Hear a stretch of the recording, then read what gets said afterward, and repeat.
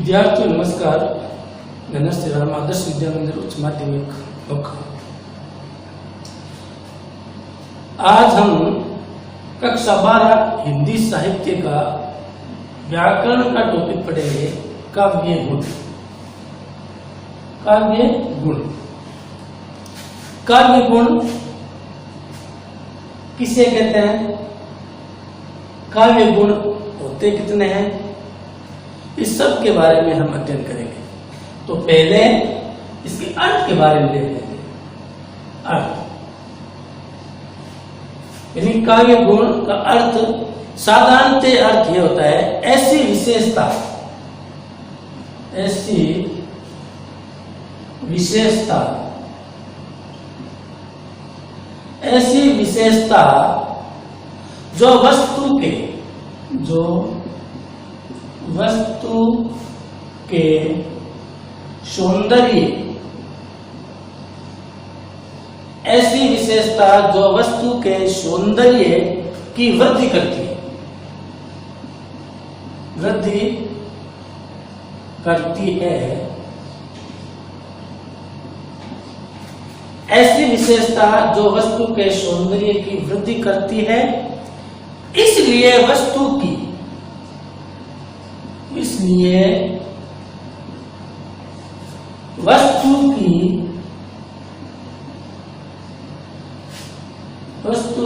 उत्कर्ष, इसलिए वस्तु की उत्कर्षदायक विशेष, उत्कर्षदायक, इसलिए वस्तु की उत्कर्षदायक विशेषता को गुण कहते हैं। गुण कहते हैं। जिस प्रकार जैसे मनुष्य में सुशीलता,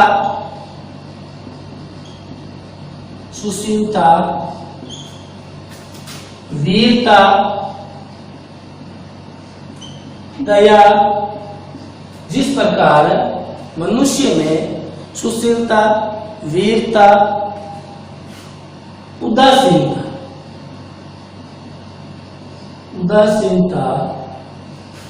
उदासीनता आदि के गुण होते हैं, आदि के गुण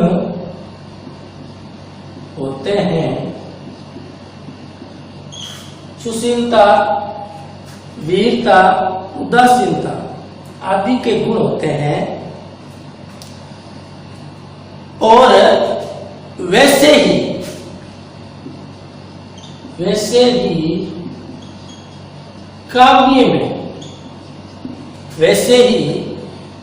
काव्य में भी गुण होते हैं। काव्य में भी गुण होते हैं। काव्य में भी गुण होते हैं। और गुणों से मनुष्य, इस प्रकार गुणों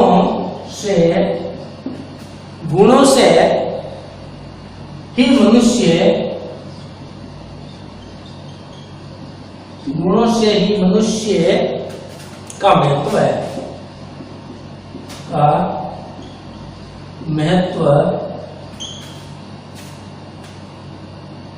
काव्य में भी गुण होते हैं। गुणों से ही मनुष्य का महत्व है। उसी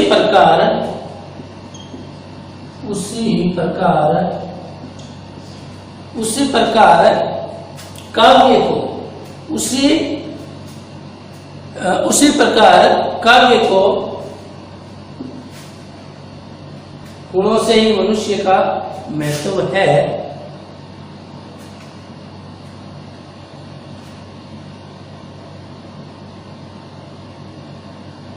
उसी प्रकार काव्य के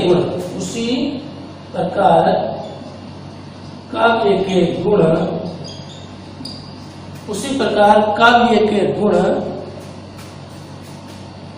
काव्य को हृदय स्पर्शी उसी प्रकार काव्य के गुण काव्य को हृदय स्पर्शी बनाते हैं।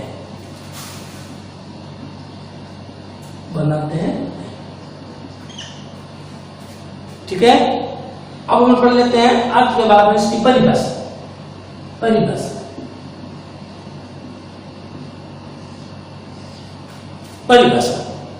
रस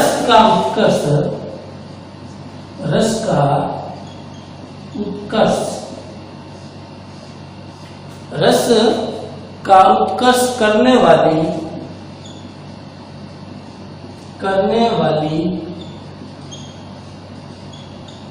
बातों को रस का उत्कर्ष करने वाली बातों को गुण कहते हैं।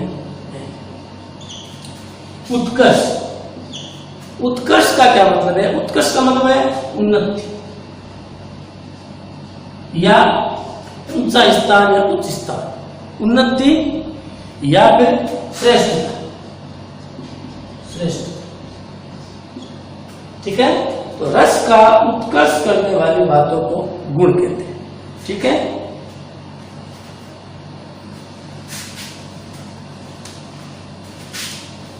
अर्थ और परिभाषा के पढ़ने के पश्चात अब हम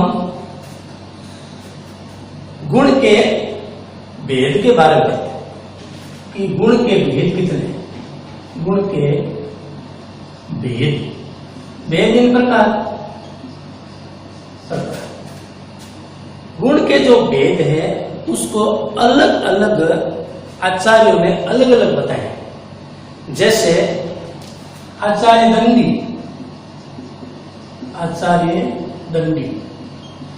दंडी ने काव्य गुण बताए हैं 10।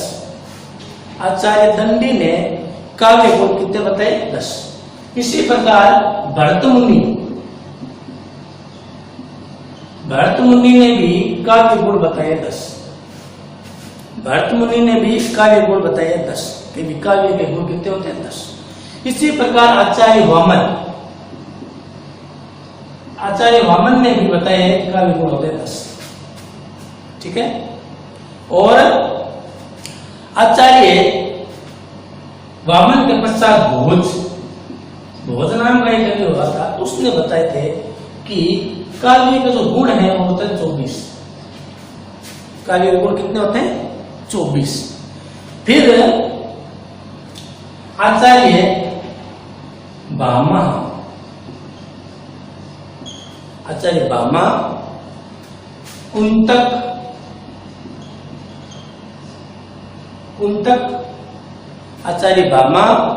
कुंतक मम्मट विश्वनाथ, इन आचार्यों ने सभी गुणों को समाहित करते हुए कुल 3 गुण बताए। कितने? 3 गुण जो वर्तमान में सर्वमान्य अर्थात काव्य गुण कितने हुए? काव्य गुण में 3। कितने? 3। अब 3 का नाम लिखते हैं। तो नंबर 1 प्रसाद गुण,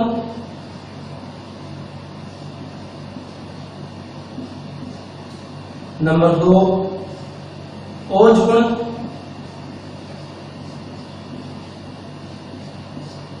नंबर 3 माधुर्य गुण। यानी इन सभी गुणों को समाहित करके भामा, कुंतक, मम्मट, विश्वनाथ आदि ने काव्य गुण 3 बताए हैं जो वर्तमान में ये सर्वमान्य गुण है। ठीक है। अब हम इन तीनों का अलग अलग अध्ययन करेंगे, जिसमें नंबर 1 जो है वह प्रसाद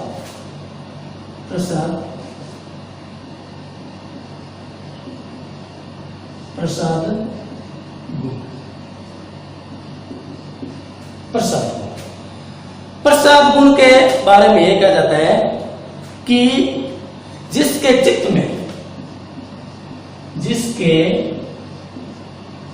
चित्त चित्त, चित्त बोलते हैं मन।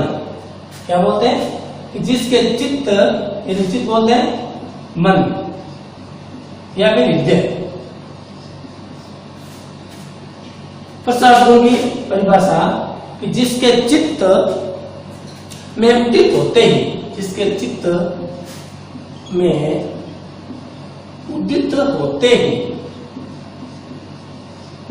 जिसके चित्त में उदित होते ही अर्थ स्पष्ट हो जाए, अर्थ स्पष्ट हो जाए। जिसके चित्त में, हृदय में उदित होते ही अर्थ स्पष्ट हो जाए, उसे प्रसाद गुण कहते हैं, उसे प्रसाद गुण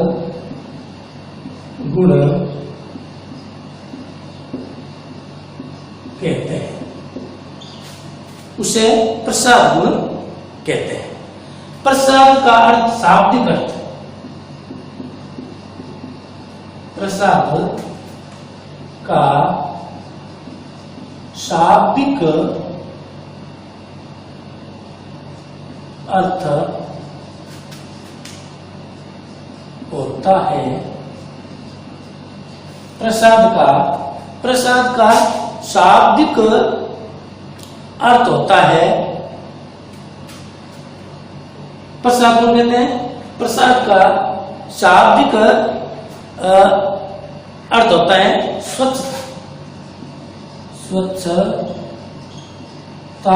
या निर्मलता, या निर्मलता, यानी प्रसाद शब्द का शाब्दिक अर्थ, प्रसाद शब्द का यानी प्रसाद का अर्थ शाब्दिक अर्थ है स्वच्छता या निर्मलता। यानी जिस प्रकार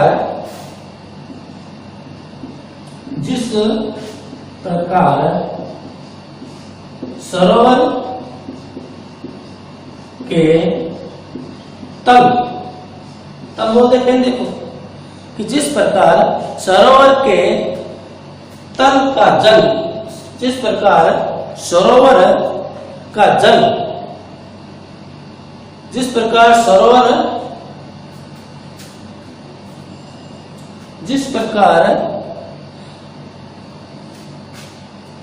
सरोवर का जल निर्मल हो, तो जिस प्रकार स्वच्छता या निर्मलता, शाब्दिक अर्थ है स्वच्छता या निर्मलता।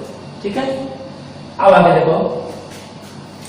तो प्रसाद को जिसके चित्त मन या हृदय में उदित होते ही अर्थ स्पष्ट हो जाए, उसे हम प्रसाद गुण कहते हैं। प्रसाद का शाब्दिक अर्थ है स्वच्छता या निर्मलता। ठीक है, अब देखो सरोवर का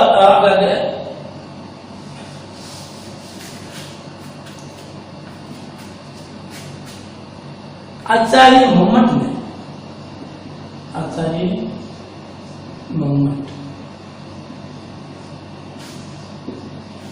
आचार्य मोहम्मद ने प्रसाद गुण के बारे में बताया कि जैसे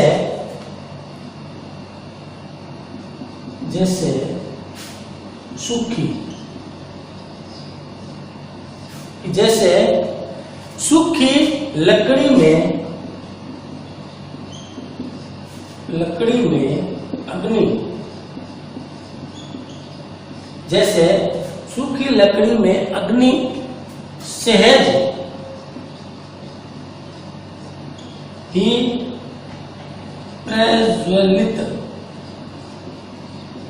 ही प्रज्वलित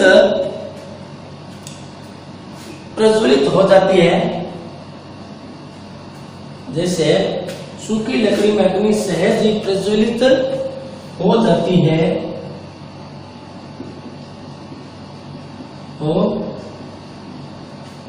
है, तथा स्वच्छ जल पर, स्वच्छ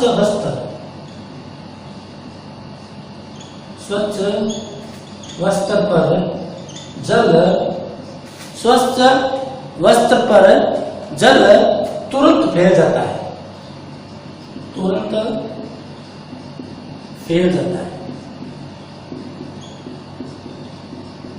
किया जाता है, उसी प्रकार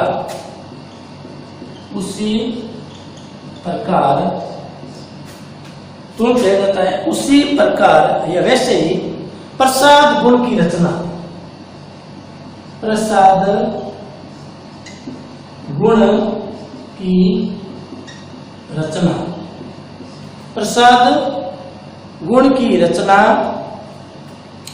पढ़ते ही प्रसाद गुण की रचना पढ़ते ही उसका अर्थ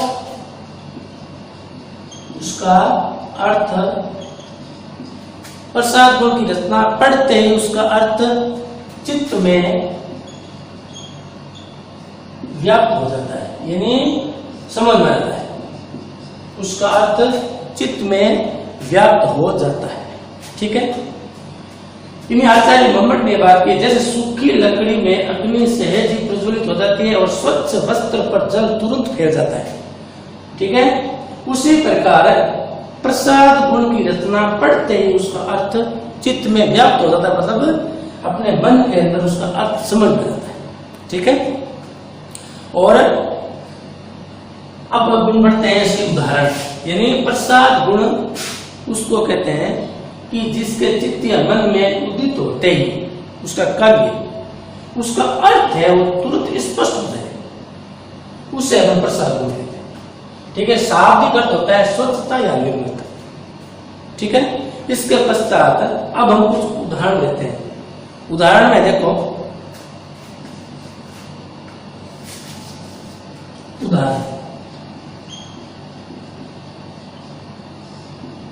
नंबर 1, उदाहरण में अपन पहले विनती सुन लो हे भगवान, विनती सुन लो हे भगवान, विनती सुन लो हे भगवान, हम सब बालक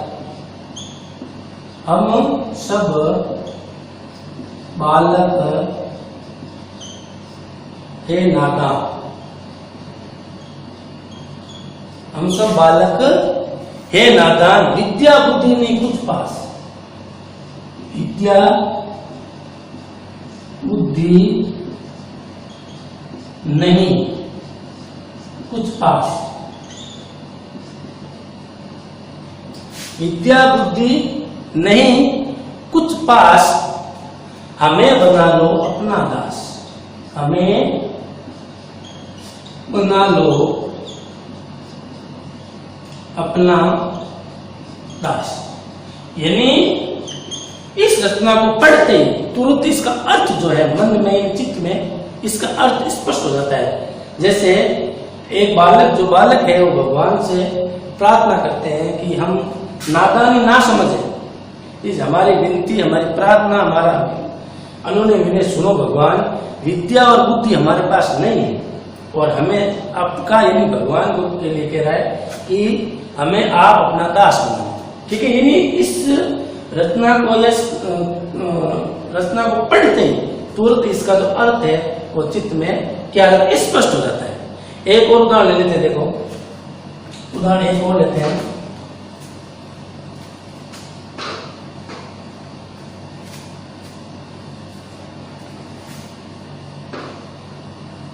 दूसरा एक और उदाहरण लेते हैं, देखो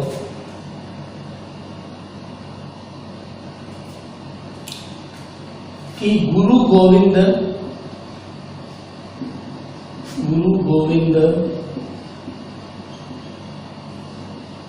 दोनों खड़े, ये दो खड़े, गुरु गोविंद दो खड़े काके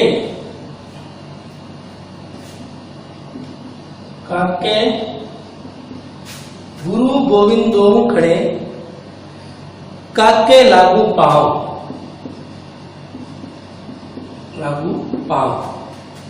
बलिहारी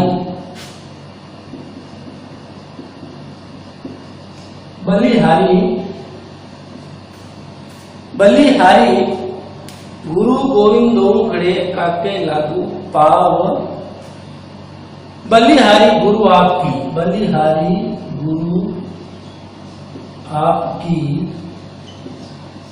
बलिहारी गुरु आपकी और गोविंद दियो बता है।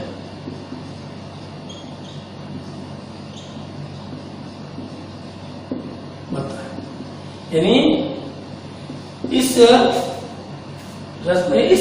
पंक्तियों को निकालने की इस दो लाइनों को पढ़ते ही तुरंत इसका जो अर्थ है वो अपने हृदय के अंदर क्या होता है, स्पष्ट हो जाता है।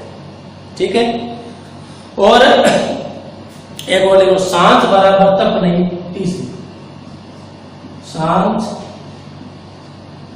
बराबर तप नहीं, झूठ बराबर पाप,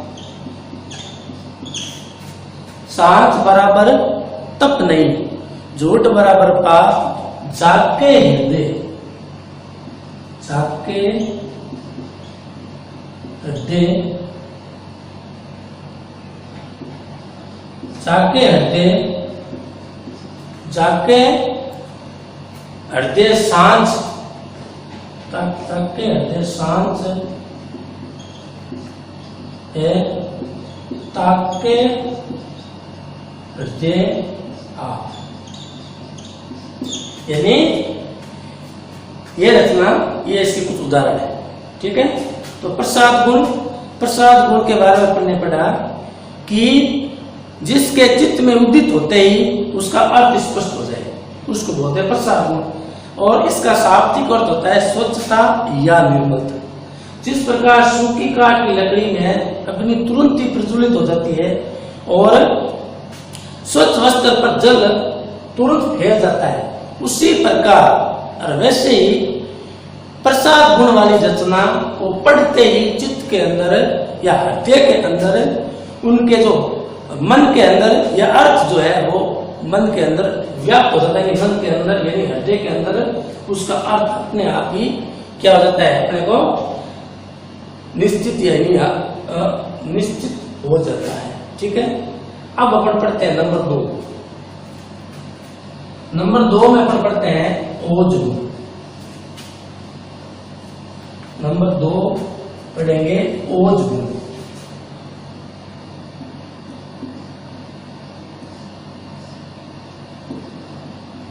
ओज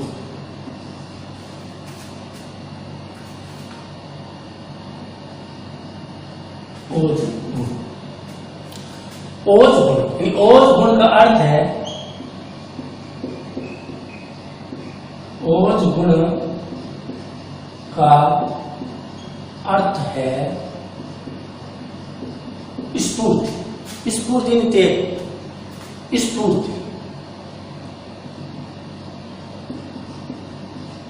ओज गुण का अर्थ है स्फूर्ति, स्फूर्ति यानी फूर्ति। ओज गुण का अर्थ क्या हुआ, स्फूर्ति। किसी रचना को पढ़कर, किसी रचना को पढ़कर या सुनकर, पढ़कर या सुनकर, किसी भी रचना को पढ़कर या सुनकर शरीर में स्फूर्ति, शरीर में क्या स्फूर्ति या स्फूर्ति आ जाती है।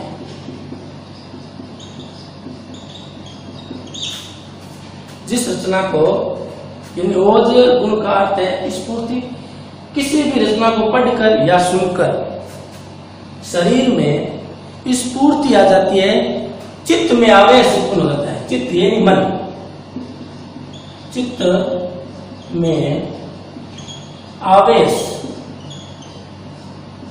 चित्त में क्या आवेश उत्पन्न हो जाता है,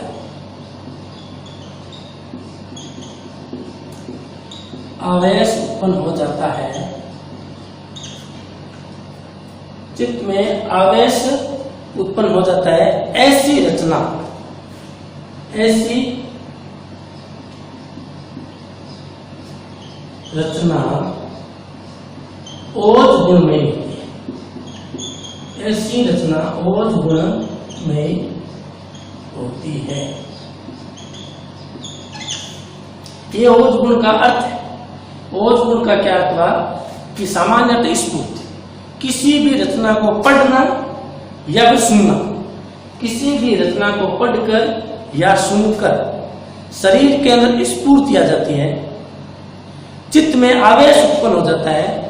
ऐसी जो रचनाएं हैं वो ओज गुणमयी रचना होती है। ठीक है।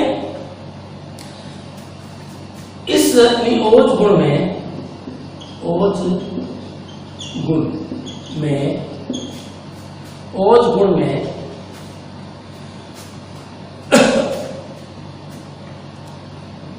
ओज गुण में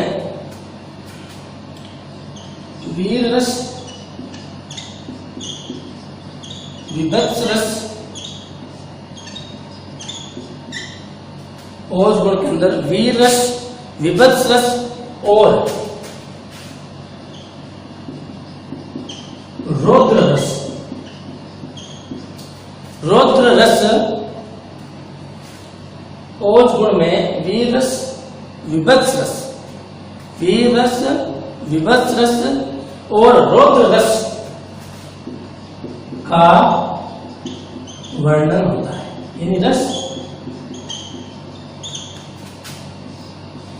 जो है वह हिंदी साहित्य में 11 रस होते हैं। उसका जो अध्ययन हम बाद में करेंगे। ठीक है। तो वीर रस के जो गुण है, विभत्स रस के जो गुण है और रौद्र रस के जो भी गुण है वो सारे के सारे ओज गुण में पाए जाते हैं। ठीक है।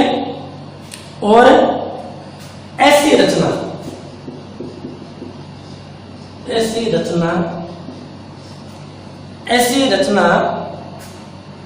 ओज गुण में होती है। ऐसी रचना जिसको पढ़ने से, ऐसी रचना जिसको पढ़ने से मन में, ऐसी रचना जिसको पढ़ने से मन में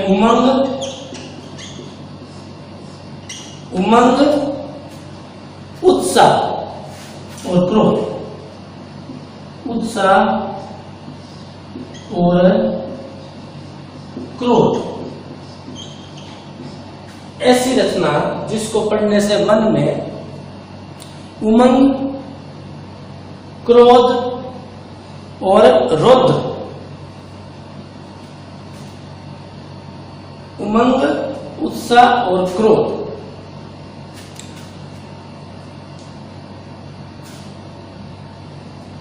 क्रोध आता है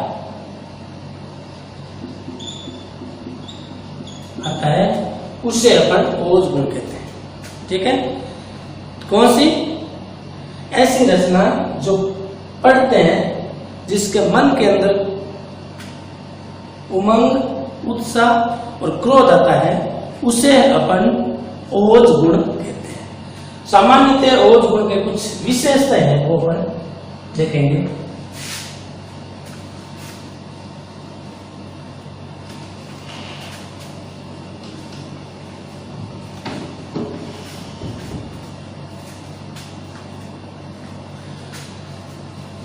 ओज गुण की विशेषताएं।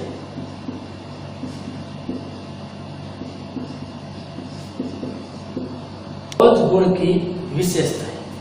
इसमें नंबर एक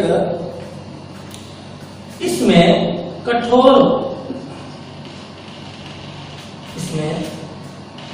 कठोर वर्णों का आधिक्य होता है। ठीक है। दूसरा, इस के अंदर टेर वर्ग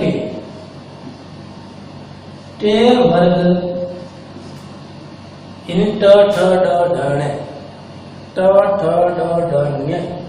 टे वर्ग के वर्णों की, टे वर्ग के अक्षरों की, टे वर्ग के अक्षरों की प्रधानता होती है, प्रधानता होती है।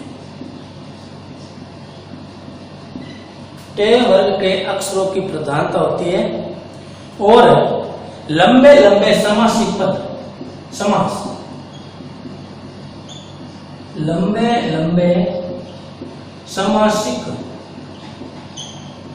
पद, लंबे लंबे समासिक पद का प्रयोग होता है, का प्रयोग होता है। लंबे लंबे समासिक पद का प्रयोग रेफ या रकार, रेफ या रकार, जैसे के, क्रे, आदि अक्षर का प्रयोग होता है। ठीक है। इसके अलावा संयुक्त वर्णों का भी प्रयोग होता है, संयुक्त वर्ण।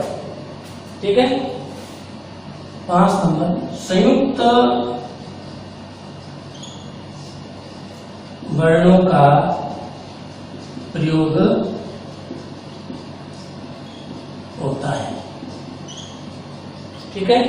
इसके साथ साथ पंचम वर्णों का भी प्रयोग इसमें होता है और अनुस्वार और अनुनासिक और अनुस्वार वाले वर्णों का भी प्रयोग इसके अंदर ही आता है। ठीक है। अब अपन देखते हैं कि इसके कुछ ओज गुण के कुछ उदाहरण लेते हैं। ठीक है।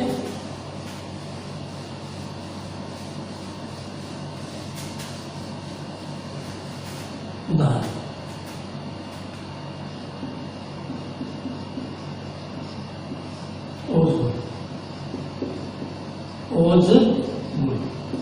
ओज गुण के उदाहरण लेते हैं। तो पहले लिखते हैं नंबर 1, है रुंड गिरे, है रुंड गिरे गज झुंड गिरे, गज झुंड गिरे, है रुंड गिरे गज झुंड गिरे। कट कट कर, कट कट कर, अवनी पर, कट कट कर अवनी पर, कट कट अवनी पर शुंड गिरे, शुंड गिरे। भू पर है विकल, भू पर है विकल, भू पर है विकल वितुंड गिरे, वितुंड गिरे। भू पर है विकल वितुंड गिरे, लड़ते लड़ते, लड़ते लड़ते लड़ते अरी, लड़ते लड़ते अरी झुंड गिरे।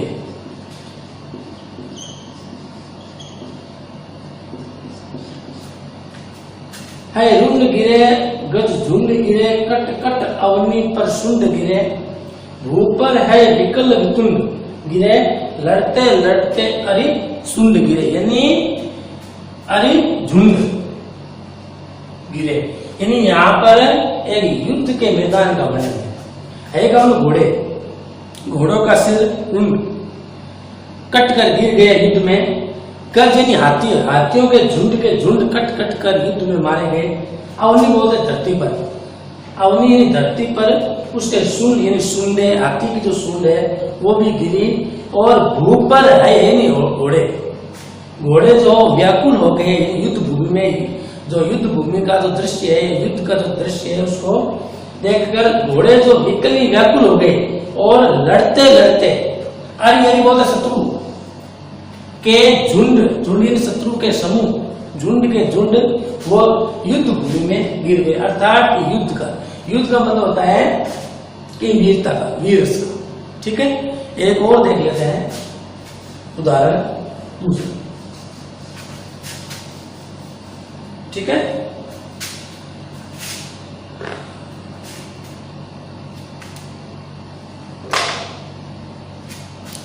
नभ का वक्ष स्थल, नभ का वक्ष स्थल फट जाए, नभ का वक्ष स्थल फट जाए, तारे टुक टुक, नभ का वक्ष स्थल फट जाए, तारे टुक टुक हो जाए, हो जाए। कवि ऐसी तान सुनाओ, कवि ऐसी तान सुनाओ जिससे उथल पुथल मच जाए। अर्थात यह क्रांति का एक स्वर है, कवि ने यहां क्रांति करने की बात कही है। ठीक है, एक और उदाहरण ले लेते हैं, दूसरा तीसरा। सिंहासन हिल उठे, सिंहासन हिल उठे, सिंहासन हिल उठे, राजवंशों ने भ्रकुटी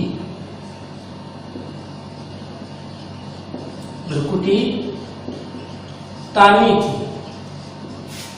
सिंहासन हिल उठे, राजवंशों ने भ्रकुटी तानी थी, गुमी हुई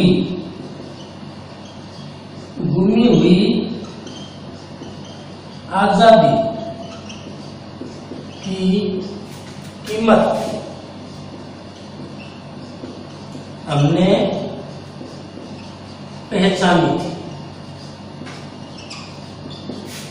सिंहासन हिल उठे, राजवंशों ने भ्रकुटी तानी थी, गुमी हुई आजादी की कीमत हमने पहचानी थी, दूर फिरंगी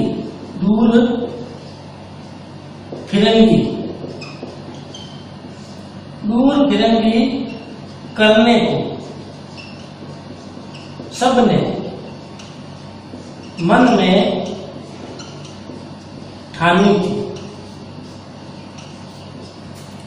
सबने मन में ठानी थी। चमक उठी सन 57 में, चमक उठी सन 57 में वह तलवार पुरानी थी, वह तलवार पुरानी थी। यानी ये जो है सुपुत्र कुमार चौहान की सन 1857 की क्रांति के बारे में, यानी क्रांति का जो स्वर है वो इसमें दिया गया है। चमक उठी थी सन 57 में वह तलवार पुरानी थी, बुंदेले हर बोलो हुआ हमने सुनी कहानी थी, खूब लड़ी मर्दानी वह तो झांसी वाली रानी। मतलब ये जो कविता है वो पढ़ते चित्त के अंदर आवे या फिर उत्साह या फिर वीरता के भाव जागृत हो जाते हैं, इसे ही अपन ओज गुण कहते हैं। ठीक है, इसके पश्चात अपन कल जो है वो अध्ययन करेंगे उसका जो तीसरा भाग है जो माधुर्य गुण है, वो माधुर्य गुण का अपन कल जो है वो अध्ययन या अगले जो वीडियो में है वो अध्ययन करेंगे। नमस्कार।